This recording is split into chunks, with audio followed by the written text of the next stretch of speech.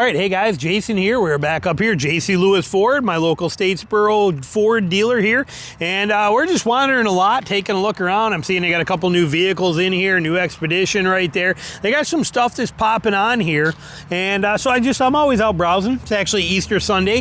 What we want to talk about today, though, is the technical cost reduction stuff that we're seeing across all brands today, and not just by me.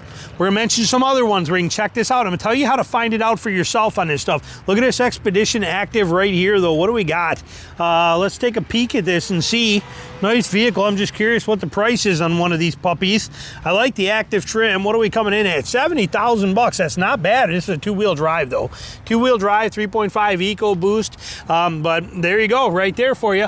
But so we have these vehicles, like we take, for example, we know that in the Ford, in the F-150 series, we know that, as an example, that the Lariat trim no longer has the leather. They went to the vinyl. It's marine grade vinyl. It's a good vinyl, but you're no longer getting leather in a Lariat, okay? That's what the Lariat was known for. That was your main choices. XLT, sorry, a spider's walking on me there. But you know that the XLT was always your cloth and your Lariat was always the leather choice. Well, now that Lariat is no longer leather. If you want leather, you got to go to like the King Ranch, and the next package is up to get into the leather. It's marine grade vinyl. We also know that, like in the HD trucks we got over here, okay, we got those HD trucks right down there. It's beautiful ones. Plus, notice the 2025 ZR2. I believe that's 2025. Could be 3.4, but we got a ZR2 Colorado sitting right there used. But we know that in those trucks used to be where the 7.3 was a standard gas engine, okay, and it was standard. Now they went to the 6.8 as a standard, and they made it where the 7.3, you can't even get it till you get into some higher trim levels. You got to get to like the XLT or whatever it is to even get it as an option now. They play these games. We know that the Super Duty, the front axle, went from a Dana Super 60 down to a Dana Super 55 or whatever it is. Okay, it's always this cost reduction stuff. The Ranger or the Ford F-150 Raptor used to have the Torsen front end. They took it away. There's all these things that happen. And we see it. And if you follow like the car guy, Jeremy, the car guy online, you follow his channel, he just had TRD John on there, and they had a huge conversation about this on the Toyota and their Toyota's cost reduction, on how like the last gens, they did all these different things and built it up over time, and you were ending up getting quality materials finally over time, and then out comes the new models, and they don't have any of that quality there. So like they went back to the starting point, back to ground zero with all the cost reduction, yet the price has gone up tremendously, and they cut out all of that luxury stuff that you were getting. And it's kind of a bummer. It's kind of a sad thing to see happen. And he talks about it again. I'll mention those videos. I'll show you a screenshot of it on here for you to go check out. But TRD John, you know, who's like I said, he loves his Toyotas, but he's always been an honest, genuine, down-to-earth guy about things, and he doesn't lie and he doesn't play games. I love his channel. And him and Car Guy Online, we're doing that live together, and they cover that in great detail on there, and he explains it. And John knows Toyota more than anybody. He explains it in there. This used to have this, and then it went to plastic. Used to be leather here, went to plastic. Used to be soft touch here, went to hard plastic. This used to be power, now it's manual. Okay, all these kind of things, and he talks about it. These are things that we don't all know and we're aware of. My buddy Barry, one of my best friends over there, C-Tech Review. You guys know him. I've had him. I've been on his channel, and vice versa. Like I said, he's one of my best friends. Known him for 20 years. My snowmobiling buddy. Traveled the whole country together, chasing unicorn snowstorms with him. Incredible guy. One of the most detailed, the engineering side, that's what he does for a living, engineer, but the detailed side of him dives into these super deep things. And he's talking about like the Lincolns. He's got a Lincoln. He's got a Lincoln Black Label. If you don't know, that's as high as it gets, okay?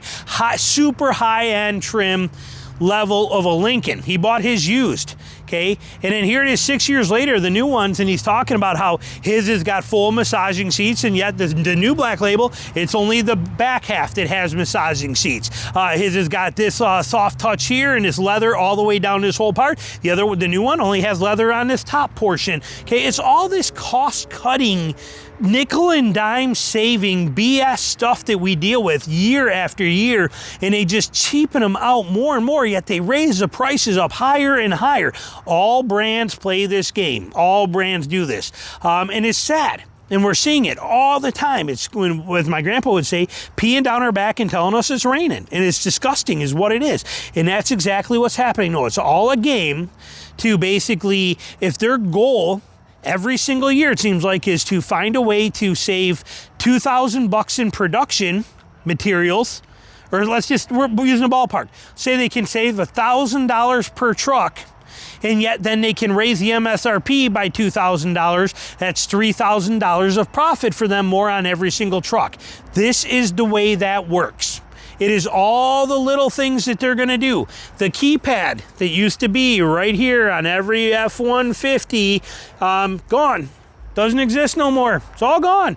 Was a trait that was phenomenal. They took it off. Okay, and then they want to charge you $500 for the dealer to put it back on if you liked it yet. I had 9 F-150s in my life, and every F-150 XLT had that option. Okay, there were things that you got with it that was, this is the stuff we're talking about.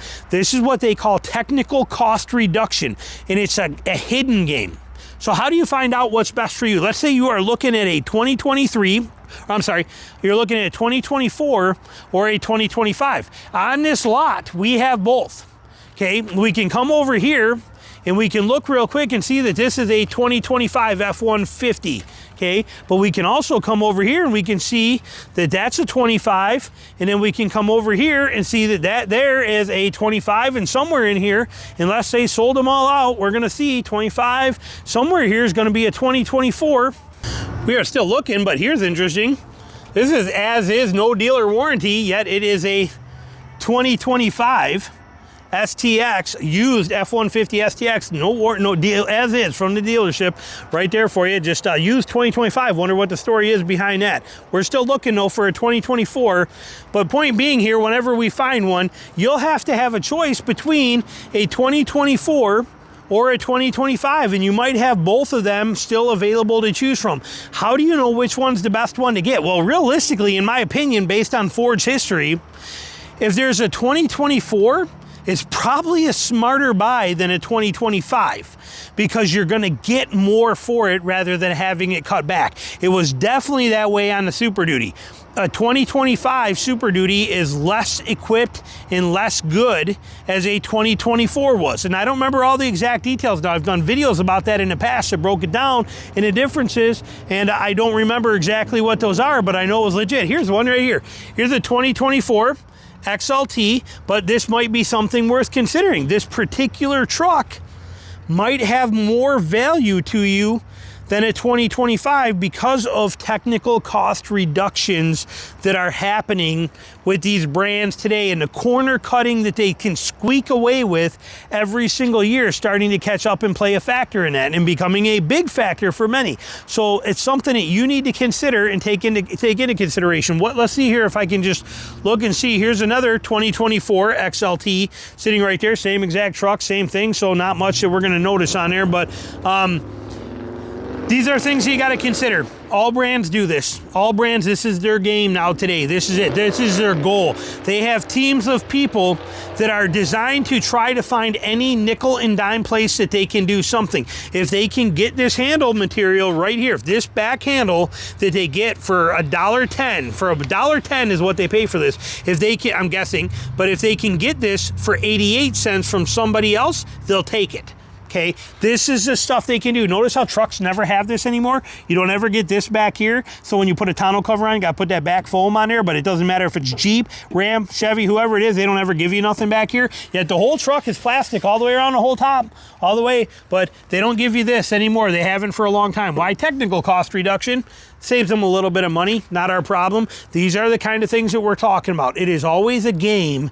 Every year, these trucks are getting cheaper and cheaper and lower quality, and we pay the price for it in a sense that we pay more. They might even update them and make them look a little more flashy, or they'll say, okay, now you get LED headlights, but you lose this, you lose this, you lose this, you lose this, you lose that, you lose that, but we're going to jack the price up, but you got LED headlights, and all you heard was, ooh, shiny, give me the LED headlights. And so now you're all excited about it. See how this game works? And this is the reality of it today. And it is all brands. How do you figure out what's best for you between these vehicles? Sorry, I should have mentioned mentioned this earlier. I apologize for not mentioning it earlier in the video. That was the whole point of the video. How do you find out? Forums and Facebook groups. You can go to forums. There are people out there that know more about this truck because they own them and they've bought 3 or 4 in the past. They own these trucks, but they know they can tell you every bolt size and screw pattern and every single thing that's on this entire vehicle from start to finish. They know every aspect of it inside and out, everything that it was for the last 30 years. They know this stuff. So they can answer this stuff for you. You can very simply go on there and you can ask yourself, or you can research it. Hey, I'm choosing between a 2024 and a 2025. Can you tell me the differences? What did we lose going to 2025? They will help you out tremendously. They will answer your questions instantaneously. They will give you all of the details you are looking for so that you can now make an educated decision. The forums are a wonderful, wonderful place. Okay, they're going to teach you a tremendous amount. Want to put bigger tires on your F-150? You're like, I don't know how big I can fit on there. What can I do? What do I got to do? I want to make it look tougher. Okay, you can figure it out yourself, or you just go on the forum and type 2025 Ford F-150 STX 4-wheel drive, biggest tire size, stock, and then they're going to come right back and say, oh, you can go with this, do this, or if you want bigger, you can put a 1-inch leveling block on the front, which will let you get this. Plus, if you want custom wheels, you can offset them this far to give you this. They're going to tell you every single thing that you know and show you examples. Forums are a beautiful place for things like this. There's some downsides to forums, but they are a beautiful, beautiful place of information that will help you tremendously with a lot of things. And when it comes to figuring out the best model year to buy, even if you're buying used, should I get a 2022 or should I get a 2023? Okay, maybe that stuff will matter. Let's talk about 3 years from now when somebody's going, do I buy a 2024 Ford F-150 Lariat or should I buy the 2025 Ford F-150 Lariat? If you bought a 2024, you get leather. If you bought a 2025, you get vinyl. Okay, so these are the things that you got in consideration. Okay, if you were buying a Raptor, used Raptor, if you bought a 2020, you got a Torsen front end with a limited slip differential in the front end from Torsen. If you bought a 2021, I think it is, or maybe 23, whatever year it was they changed it, now you don't. Big difference, huge difference. So in order to know that, the best way to know that is to check the forums. The forums will answer your questions for you. So any questions, comments, anything you got, put them down below. As always, thanks for watching.